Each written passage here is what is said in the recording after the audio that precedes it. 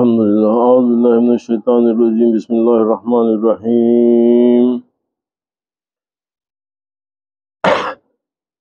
وَكَذَلِكَ فَتَنَّ بَعْضَهُمْ بِبَعْضٍ لِيَقُولُوا أَهَؤُلَاءِ مَنَّ اللَّهُ عَلَيْهِمْ مِنْ بَيْنِنَا أَلَيْسَ اللَّهُ بِأَعْلَمَ بِالشَّاكِرِينَ۔ اور اسی طرح ہم نے ان میں سے بعض کو بعض کے ذریعے آزماتے ہیں تاکہ وہ کہیں کیا ہم میں سے یہی وہ لوگ ہیں جن پر اللہ نے احسان کیا ہے؟ کیا اللہ شکر گزاروں کو خوب جاننے والا نہیں ہے؟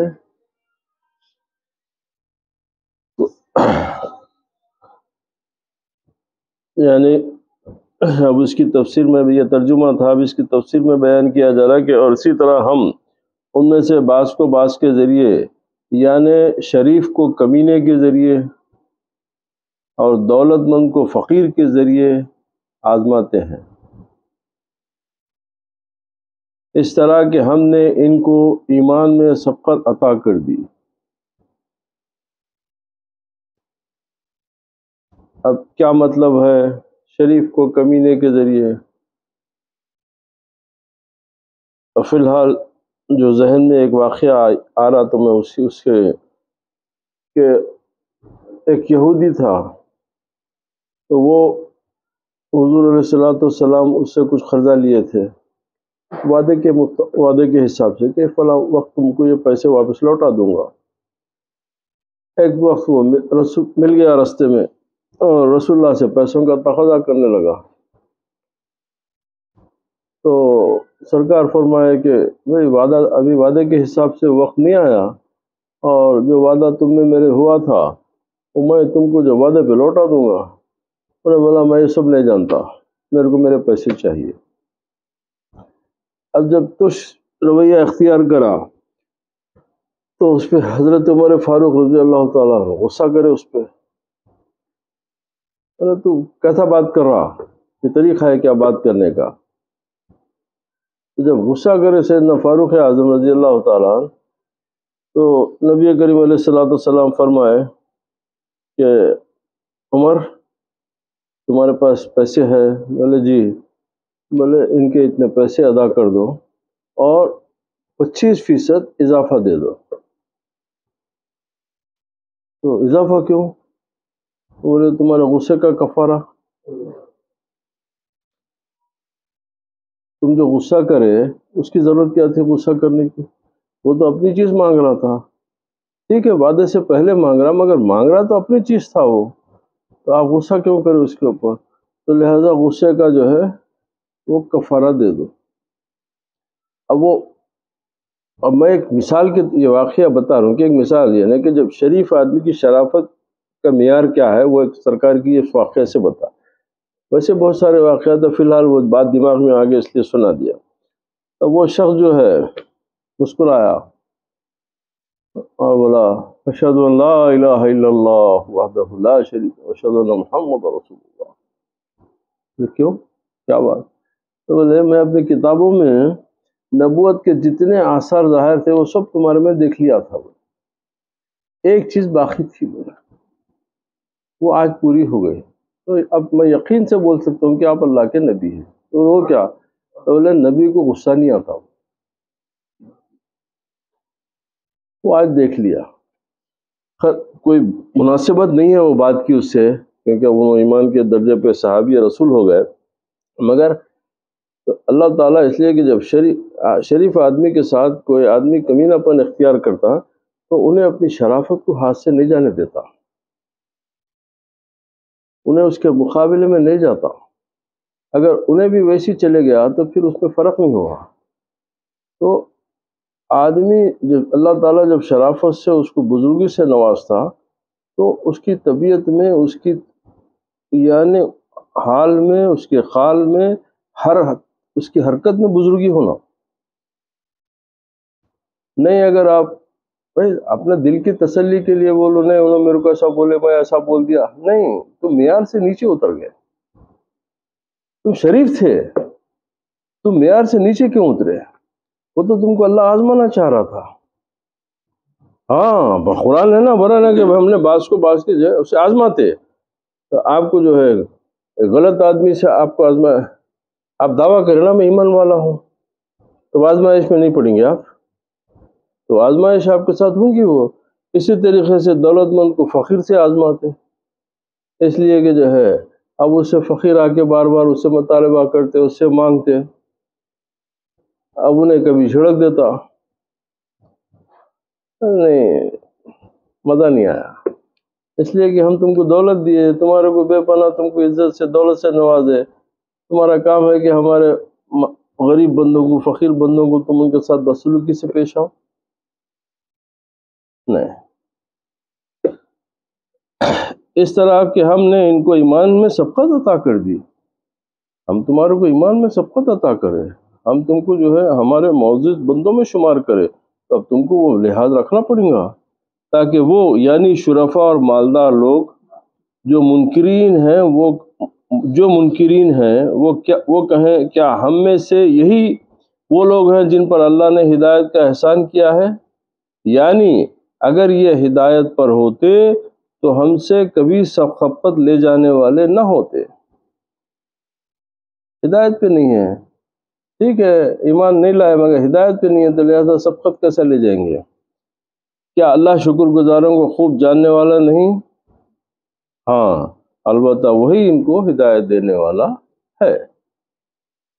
حضرت اکرمہ کا قول ہے کہ عتبہ بن ربیعہ، شیبہ بن ربیعہ، معتم بن عدی اور حارث بن نوفل بنی عبد مناف کے اہل کفر کے اشراف کو ساتھ لے کر، اشراف یعنی ان کے شریف لوگوں کو ساتھ لے کر عبد المطلب کے پاس آئے اور ان سے کہا کہ کاش آپ کا بھتیجا ہمارے غلاموں، موالیوں اور گھٹیا لوگوں کو اپنے پاس سے ہٹا دے، کیونکہ سرکار کے ساتھ جو تھے وہ زیادہ تر غربا لوگ تھے،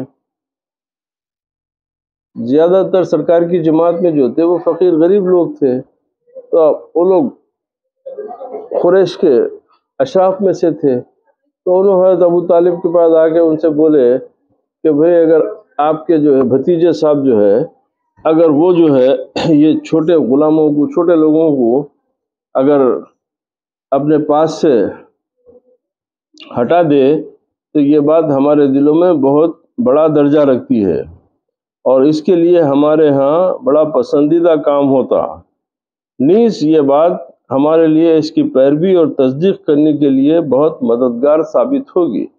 اگر انہوں ایسا کرتے شاید ہم ان کی بات ماننے کے لیے خوب تک مانے بھی، مگر چونکہ انہوں گھٹیا لوگوں، غلاموں وغیرہ کو اپنے قریب رکھتے، تو لہذا اس وجہ سے ہم جو ہے ان کے ساتھ نہیں آ سکتے، یہ ان کا تھا۔ حضرت ابو طالب نبی کریم کے پاس آئے اور اس بارے میں آپ سے بات کی۔ حضرت عمر بن خطاب نے کہا کہ اگر آپ وہ کام کریں جو وہ چاہتے ہیں تاکہ ہم دیکھ لیں وہ چاہتے کیا ہیں، اور اپنی بات کا کہاں تک پاس کر کے آگے بڑھتے ہیں۔ اس پر اللہ تعالیٰ نے یہ آیت نازل کی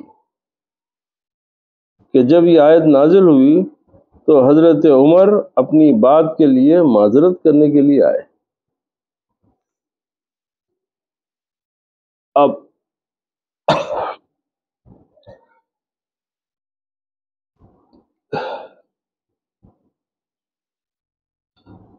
اب یہاں پر اس کی تفسیر صوفیانہ تفسیر میں تعویلات نجمیہ میں بتایا گیا ہے کہ یعنی ہم نے فاضل کو مفضول اور مفضول کو فاضل سے آزمایا، فاضل فضیلت والا، مفضول جس پہ فضل کیا گیا، سمجھے آپ؟ یعنی اس کے اوپر ایک اچھا واقعہ یاد آ گیا۔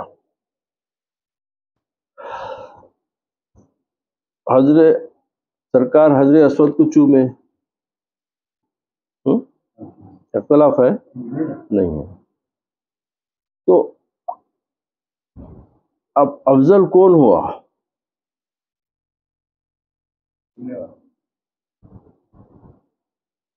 اس لیے کہ سرکار حجر اسود کو چومے تو حجر اسود افضل ہوا، یہ ہمارا ایمان نہیں ہے، مگر چومے سرکار حجر اسود کو تو حجر اسود افضل ہوا،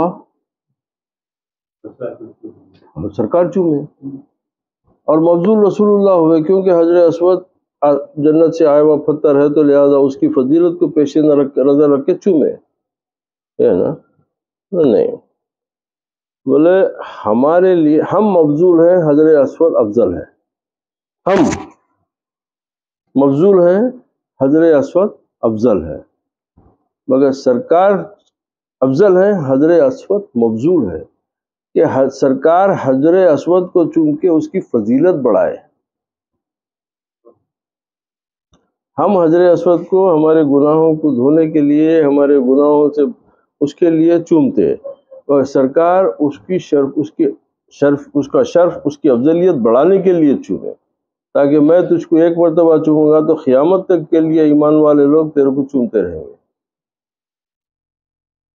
اور وہاں پر صوفیہ یہ بھی فرماتے کہ دراصل حجر اسود کی تڑپ تھی کہ میں جنت سے باہر کر دیا گیا تو میں آپ کے لمس سے محروم ہو گیا، میں جنت سے باہر کر دیا گیا تو آپ کے لمس سے محروم ہو گیا، تو سرکار اس کو چوم کے اپنے لمس سے اس کو شرف بخشے۔ تو اب سمجھ میں آ گیا مفضول فاضل اور مفضول کا افضل اور مفضول کا فرق آپ کو۔ فاضل پر لازم ہے کہ وہ شکر کرے، فاضل پر لازم ہے کہ وہ شکر کرے، اور مفضول پر ضروری ہے کہ وہ صبر کرے، اس لیے کہ اگر فاضل شکرانہ کرے گا تو اس سے نعمت چھین لی جائیں گی،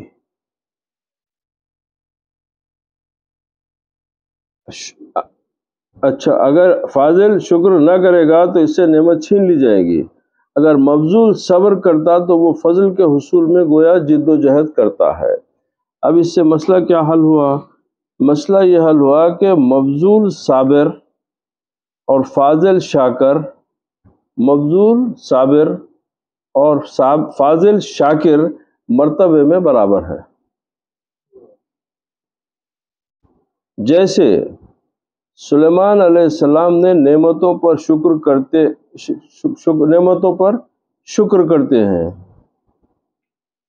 سلیمان علیہ السلام نعمتوں پر شکر کرتے ہیں، اور ایوب علیہ السلام تکالیف پر صبر کرتے ہیں۔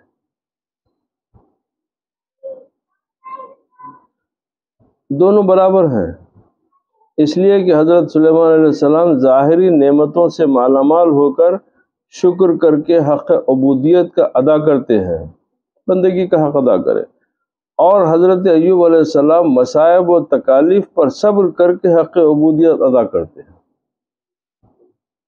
اس اعتبار میں عبدیت کی نعمتوں کے مقام پر برابر ہیں، بندگی میں دونوں برابر، اس لیے کہ اللہ تعالیٰ نے ہر دونوں کے لیے فرمایا نعم العبد،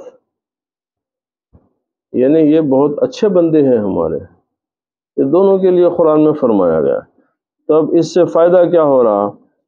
فاضل کا مفضول سے آزمائش کا یہ معنی ہے کہ فاضل مفضول کو دیکھ کر اپنی گھمنڈ اور اس کی حقارت میں ڈوب جائے،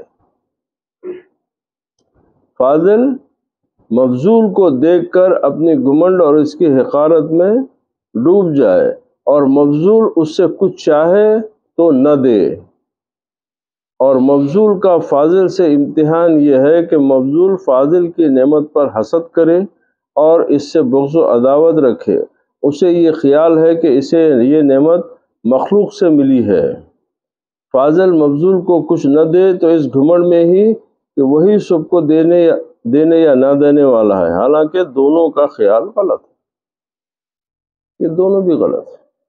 تو اس سے سبق کیا ملتا؟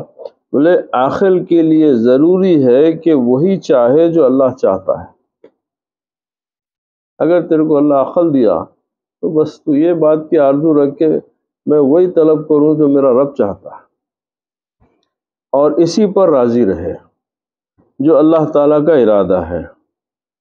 اب اس میں فائدہ کیا ہوگا؟ تو تفسیر کاشفی میں لکھتے ہیں کہ محض دنیا، جیسے اللہ تعالیٰ نے فرمایا تریدون عرض الدنیا، اس کی دو نشانیاں ہیں۔ دنیا کی زیادتی کے لیے دین کے نقصان پر راضی ہونا، دنیا کی زیادتی کے لیے دین کے نقصان پر راضی رہنا، درویشوں، اللہ والوں اور مسلمانوں سے اعراض کرنا، ان کے اوپر اعتراض کرنا، ان سے جو ہے دور ہونا، یہ دو چیزیں ہیں۔ محض آخرت، دوسری کیا ہے؟ محض آخرت۔ اللہ نے فرمایا وَمَنْ أَرَادَ الْآخِرَةَ وَسَعَى لَهَا سَعْيَهَا، اس کی بھی علامتیں ہیں۔ کیا ہے؟ دین کے خاطر دنیا کے نقصان پر راضی ہونا، دین کی خاطر دنیا کے نقصان پر راضی ہونا، الفت و محبت سے درویشوں، فقیروں کے لیے اپنا دروازہ ہر وقت کھلا رکھنا، صرف ذات حق سبحانہ و تعالیٰ کا ارادہ، جیسے اللہ تعالیٰ نے فرمایا یریدون وجہی، یعنی جو میرے بندے ہیں ان کی ہمیشہ طلب یہ رہتی کہ وہ میرے دیدار کے خواہش مند رہتے۔ اس کی بھی نشانیاں ہیں، دونوں جہان کے مقاصد کو پاؤں تلے روندنا، جمی یہ مخلوق بلکہ خود اپنی ہستی سے بھی آزاد ہو جانا۔ اب یہ صوفیہ کا قول ہے، تو صوفی صاحب بیٹھے ہوئے اس لیے سنا دیا۔ اب اس کے اوپر انہوں ایک شعر سے اس بات کی وہ کر رہے ہیں کہ ہمیں اگر چاہتا ہے تو جملہ عالم پر لکیر کھینچ، دریائے فنا میں غرق ہو کر سانس بند کر لے۔ یعنی اللہ تعالیٰ فرمایا کہ اگر تو میرے کو چاہتا تو جملہ عالم سے مار دے لکیر بولے، اور دریائے فنا میں غرق ہو کر اپنی سانس بند کر لے۔ یعنی اس طریقے سے استغراق، ایسی حالت میں تو میرے حوالے اپنے آپ کو کر دے۔ ایسے لوگ صرف اللہ تعالیٰ کی ذات کا ارادہ رکھتے ہیں، عوام اس سے مرادیں مانگتے، لیکن ان کی مراد صرف وہی ہے اور وہ اس سے اس کے سوا اور کچھ نہیں مانگتے۔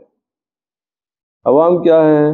بولتے کہ بھئی اللہ تعالیٰ سے ہمیشہ ہو جاتے کہ بھئی اللہ یہ دے دے، یہ کر دے، یہ پورا دعائیں ہمیشہ دعا میں رہتی۔ بولے عوام کا یہ کہ بھئی ہر وقت ہر معاملے میں بس جو روح اچھی دے، بچے اچھے ہو، بچے پڑھے لکھے ہو، دولت دے دے، گھر دے دے، بس مانگنا ہی مانگنا ہے۔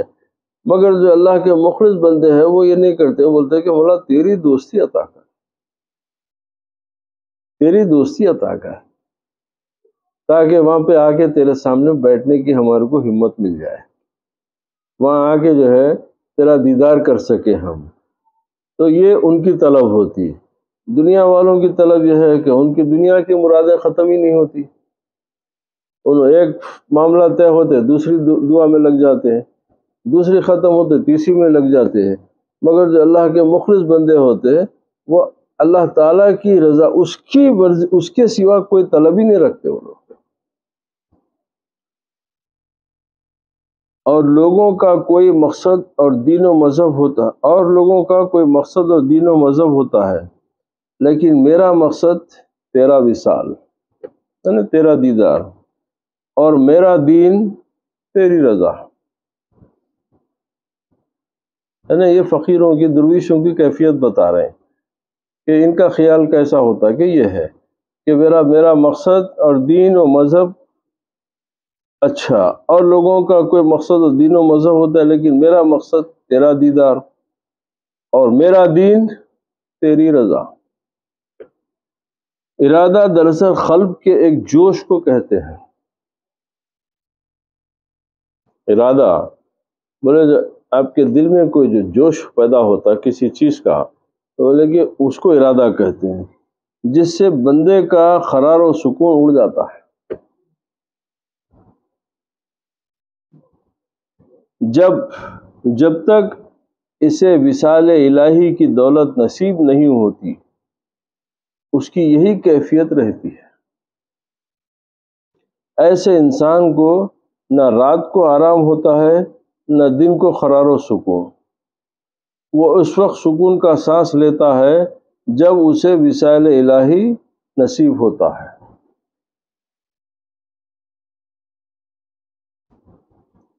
اب فقراء کے فضائل کے بارے میں بیان فرما رہے ہیں۔ آیت کریمہ میں فقراء کی فضیلت کا بیان ہے، یعنی اس آیت میں فقراء کی فضیلت کا بیان ہے۔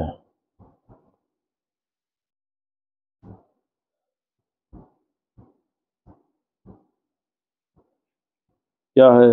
حدیث شریف میں ہے کہ حضرت ابو سعید خدری رضی اللہ تعالیٰ عنہ فرماتے ہیں کہ میں مہاجرین کے درویشوں میں بیٹھا تھا، ان میں بعض ایسے بھی تھے جو ایک دوسرے کے کپڑوں سے تن کو ڈھانپے ہوئے تھے،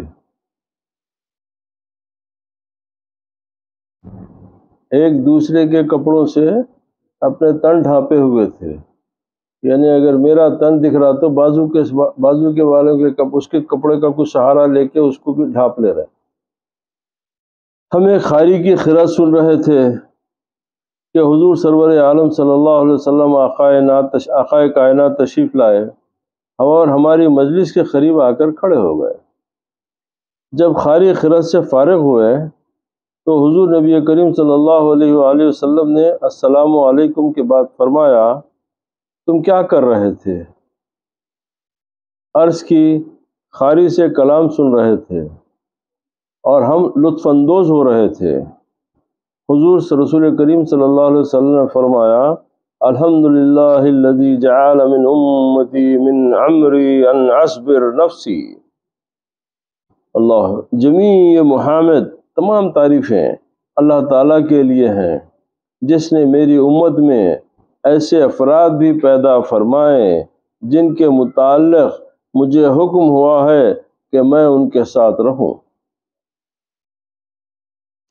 یہ فرما کر ہماری جماعت کے درمیان بیٹھ گئے تاکہ ثابت ہو کہ آپ بھی من جملہ ان میں سے ہیں۔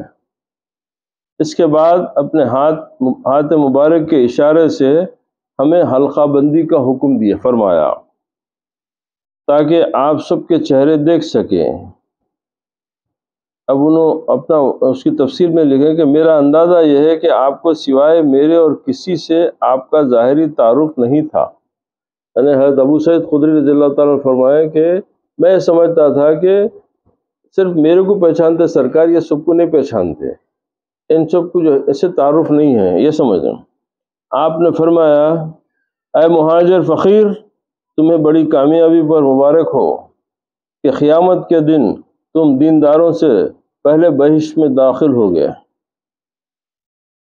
جس کی مقدار 500 سال ہے۔ پھر اور ایک حدیث شریف میں ہے کہ فقیر تنگدست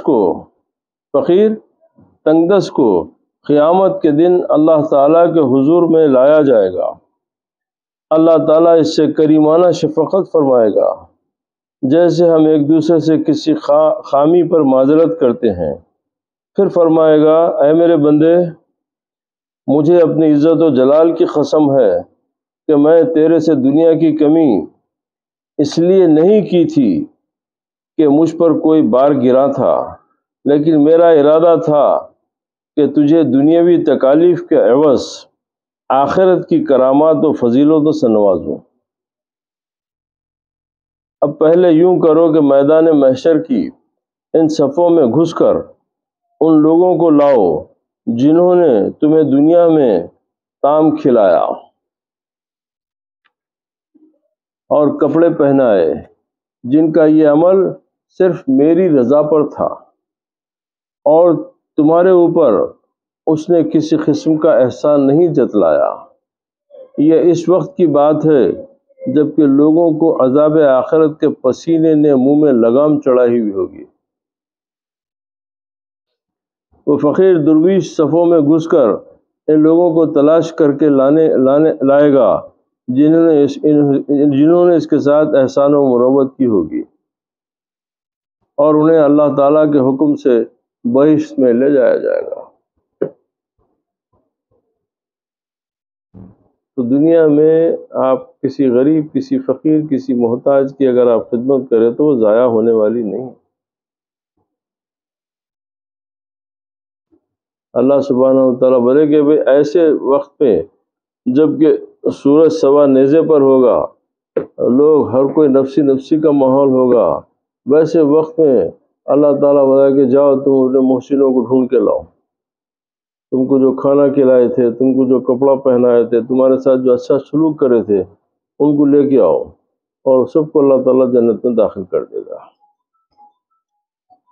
ہر شے کی کنجی ہوتی ہے، ہر شے کی کنجی ہوتی ہے، اور بہشت کی کنجی فقراء و مساکین کی محبت ہے۔ اب ہم لوگ کیا کرتے ہیں، فقیر کو، مسکین کو دیکھے تو بالکل دھتکار دیتے ہیں۔ نہیں، اس سے محبت سے پیش آؤ، اس کے ساتھ اچھا سلوک کرو۔ اگر آپ کچھ نہیں دے سکتے تو کم سے کم اس کے ساتھ مسکرا کے بات کرو، یہ بھی کفارہ ہے۔ کم سے کم آپ دھتکارو مت کرو، یہ اللہ تعالیٰ کے حکم کے خلاف ہے۔ اللہ تعالیٰ قرآن میں آپ کو منع فرمایا، والضحى والليل إذا سجى ما ودعك ربك وما قلى والآخرة خير لك وسوف يؤتيك ربك ألم يجدك يتيما فآوى ووجدك ضالا فهدى ووجدك اس میں ہے کہ یتیموں کو، مسکینوں کو تم جھڑکو مت۔ یہ اللہ تعالیٰ کو ناراض کرنے والی بات ہے۔ اگر آپ نہیں دے سکتے تو آپ محبت سے ان کے ساتھ مسکرا کے آگے بڑھ جاؤ، کچھ دے سکتے تو دے دو، کیونکہ یہ بہت کام آنے والی چیز۔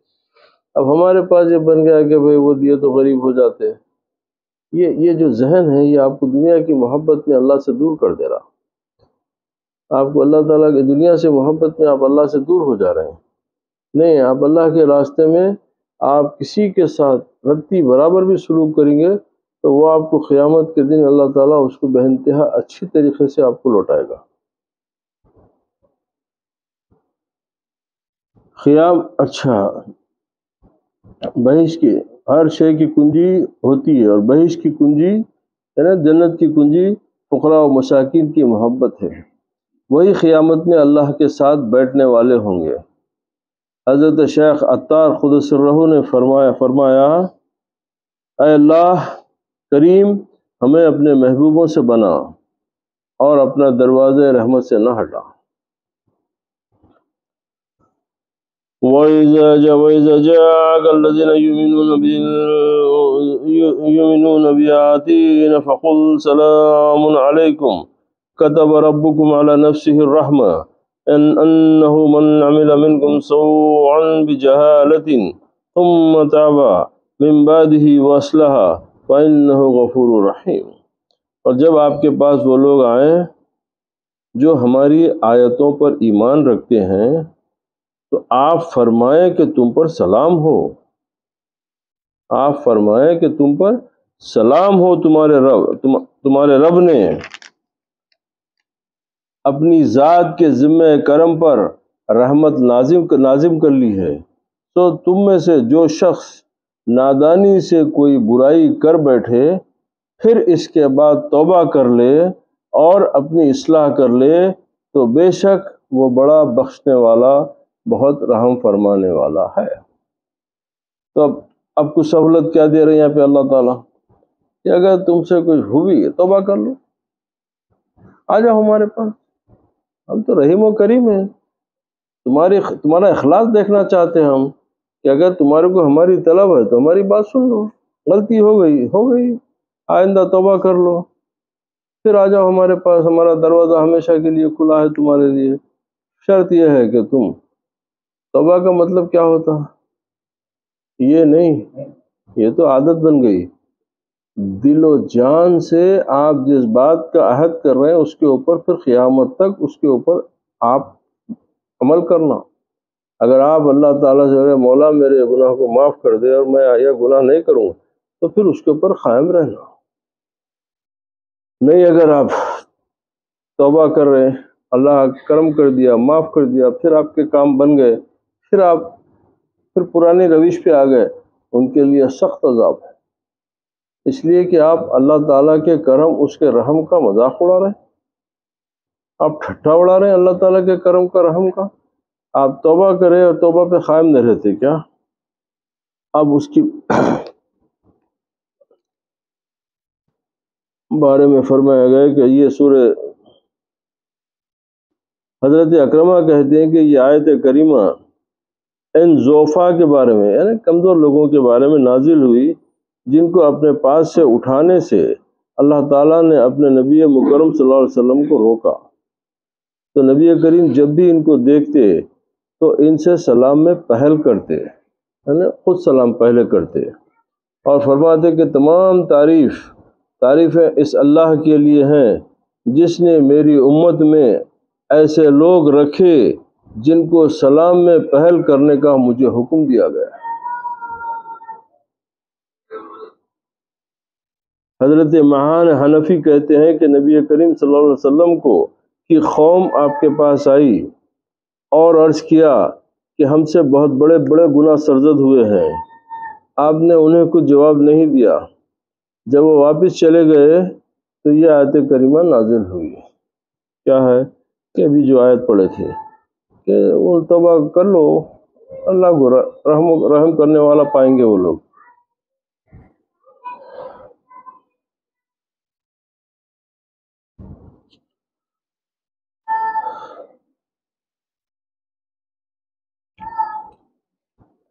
اب یہاں پر ایک اس مسئلے میں سوال ہوا کہ حضور علیہ السلام کو ان پر السلام علیکم کہنے کا حکم کیوں ہوا؟ حالانکہ عموماً طریقہ یہ ہے کہ باہر سے آنے والا بیٹھنے والے کو سلام کہے۔ تو اس کا جواب یہ ہے کہ حضور علیہ السلام کی وجاہت سے آنے والوں پر ہیبت چھا جاتی ہے۔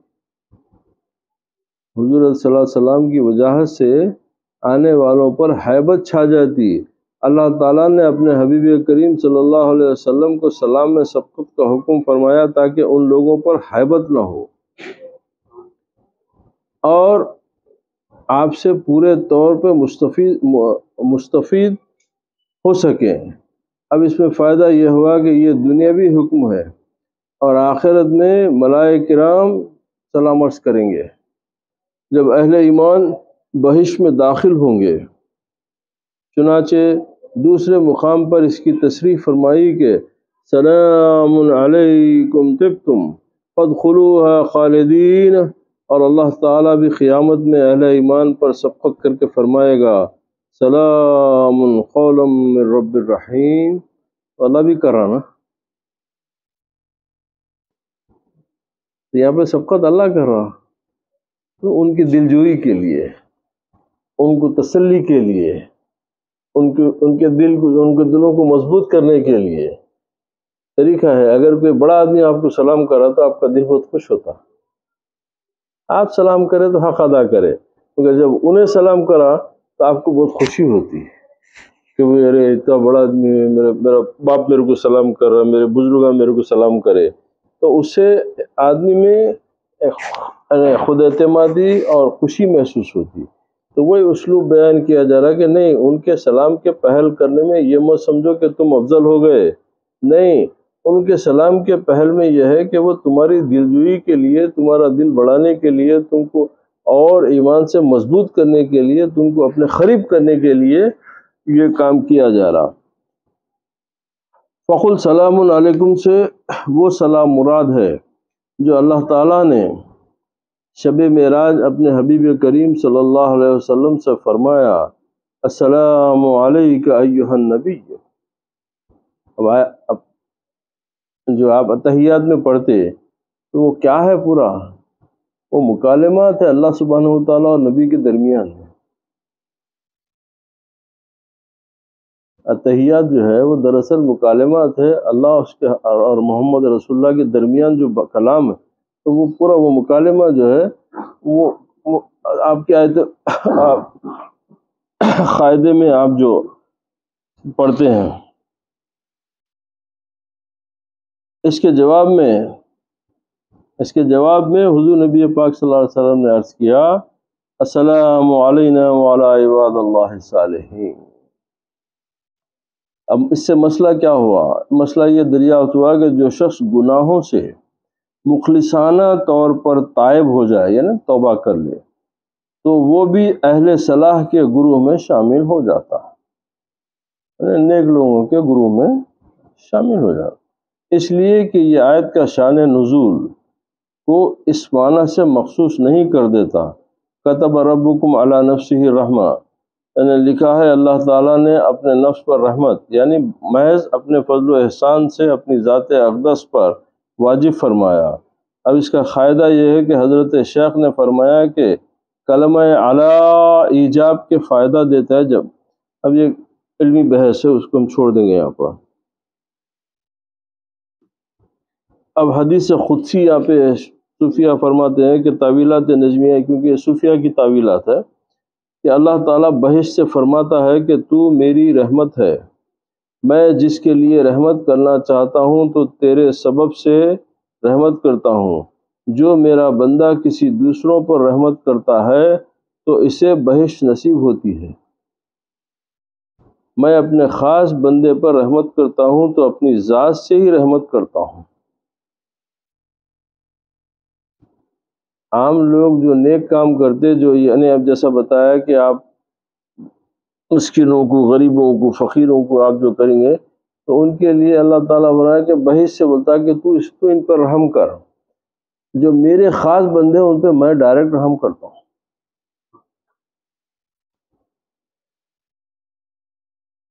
انہو من عمل منکم سوءا، سوء الرحمہ سے اچھا، اس لیے کہ اس مضمون کا مفہوم بھی رحمت ہے، سو یعنی کار بد، برے کام کو سو۔ اب اس میں تفسیر صوفیانہ یہ ہے کہ آیت میں اشارہ ہے کہ برائی کے ارتکاب، یعنی ارتکاب بولے تو اس کو عمل میں لانا، اس کو کرنا، برائی کے ارتکاب کرنے والے دو قسم ہیں، اہل ایمان، دیکھیے آپ، برائی کے ارتکاب کرنے والے دو قسم ہیں، اہل ایمان، اہل کفر۔ ایسے ہی جہالت بھی دو قسم ہیں، جہالت الضلالہ یعنی گمراہی، یعنی ہر وہ گمراہی جو عالم ارواح میں نور کے چھینٹوں سے چوک جانے سے کسی کو نصیب ہوئی، جہالت الجہولیہ یعنی ہر وہ غلطی جو انسان سے فطری طور پر صدر ہو جاتی ہے۔ اس سے تقریر کے بعد واضح ہو گیا کہ کفار کی جہالت اس ازلی گمراہی کا نتیجہ ہے جس کی توبہ ہے ہی نہیں، اور اہل ایمان کی غلطی اس فطرت سے ہے جس کی توبہ بھی ہے اور معافی بھی۔ چنانچہ اللہ تعالیٰ فرماتے کہ ثم تاب، پھر توبہ کر لے، یعنی برے عمل سے رجوع کر لے، من بعد ہی، برے عمل کرنے کے بعد، وہ اصلاح، جسے فاسد کیا اس کی اصلاح کرے، یعنی نیک عمل کرے، بالاصلاح مانے کسی برے عمل کی طرف لوٹنا۔ فَإِنَّهُ، یہ خبر ہے اس کا اچھا، دراصل تو فائدہ یہ ہوا کہ حضرت کاشفی نے اپنی تفسیر میں لکھا ہے کہ امام قشیری بہت بڑے صوفی ہے، اور صوفیہ کی بہت معتبر کتابوں میں جو ہے رسالۃ القشیریہ ہے تو وہ حضرت امام قشیری کی ہے۔ تو امام قشیری رحمۃ اللہ نے فرمایا کہ اگر کسی کے لیے فرشتہ ذلت و خواری لکھے، لیکن اگر اس کے لیے اللہ تعالیٰ نے رحمت لکھی ہے تو اسے فرشتے کی عارضی خواری لکھی ہوئی نقصان نہیں پہنچائے گی، جب اسے ازل سے رحمت نصیب ہو چکی ہے۔ تو اب اس میں روحانی نسخہ کیا ہے؟ یہ آیت گناہ کے بیماروں کے لیے شفا ہے، بشرطے کہ وہ توبہ و استغفار کے ذریعے پرہیز رکھیں۔ شب و روز کے گناہ کے درد کا علاج، شب و روز کے گناہ کے درد کا علاج سوائے استغفار کی شربت کی اور کوئی نہیں۔ اسی لیے حدیث شریف میں ہے کہ سرکار دو عالم صلی اللہ علیہ وسلم 70 مرتبہ استغفار کرتے تھے۔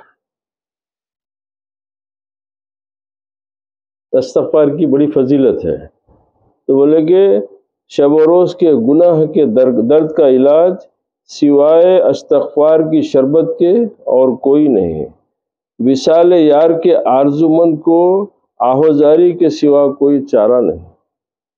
تو اب جس کو اس کی دیدار کی طلب ہے تو انہیں ہمیشہ آہوزاری میں لگے ہوئے رہتا کہ کب تک میرے مولا، بس یہی چلتے رہے۔ اب یہاں پہ اب چونکہ ایک بات بول دیا تو میں اس کو سمجھا بھی دوں آپ کو، کہ جو حدیث میں ہے کہ استغفار، تو بعض لوگ بولتے ہیں کہ رسول کریم صلی اللہ علیہ وسلم جب 70 مرتبہ استغفار پڑھتے تو اب یہ بزرگوں کی باتیں کیا معنی رکھتی ہے، ایسا اعتراض کرتے لوگ ہیں۔ تو اس بات کی جو ہے تشریح ضروری ہے، اس لیے میں کر دے رہا ہوں کہ نبی کریم علیہ السلام استغفار اپنے گناہ کے توبہ کے لیے نہیں کرتے تھے، کیونکہ وہ تو معصوم عن الخطا ہے، ان سے گناہ کا کوئی تصور بھی نہیں ہو سکتا۔ اگر کوئی شخص نبی سے کوئی گناہ کا تصور کرے تو اس کا ایمان ہی بیکار ہے، تو کیونکہ ان کی تعریف ہی ہے کہ وہ معصوم عن الخطا ہے، وہ خطا سے ہو ہی نہیں سکتی ان سے، تو پھر استغفار کس لیے کرتے تھے؟ تو نبی کریم علیہ السلام جو استغفار کرتے تھے وہ چونکہ اللہ تعالیٰ فرمایا کہ وَرَفَعْنَا لَكَ ذِكْرَكَ، تو ہر آن آپ کی شان بلندی کی طرف ہے، ہر لمحہ سفر بلندی سے بلندی کی طرف ہے، تو جب بلندی پہ جاتے تو نیچے کی منزل دیکھ کے استغفار پڑھتے کہ اوپر جانے والا کبھی سوچتا کہ نیچے آنا ہے نہیں ہے، تو لہذا بلندی کے نیچے کی منزل دیکھ کے استغفار پڑھتے تھے، نہ کہ گناہ۔ ہم لوگ جو استغفار کریں وہ ہمارے گناہوں کے لیے کریں گے، مگر نبی جو استغفار کرتے تھے وہ استغفار صرف ان کے وہ جو ہے نیچے کی منزل دیکھ کے استغفار کرتے تھے کہ اللہ تیرا کرم ہے، تو مجھے اس منزل سے آگے کی منزل پہ پہنچا دیا۔ وآخر دعوانا الحمد للہ رب العالمین، والصلاة والسلام علی سید الانبیاء والمرسلین وعلی آلہ واصحابہ واہل بیتہ الطیبین الطاہرین برحمتک یا ارحم الراحمین۔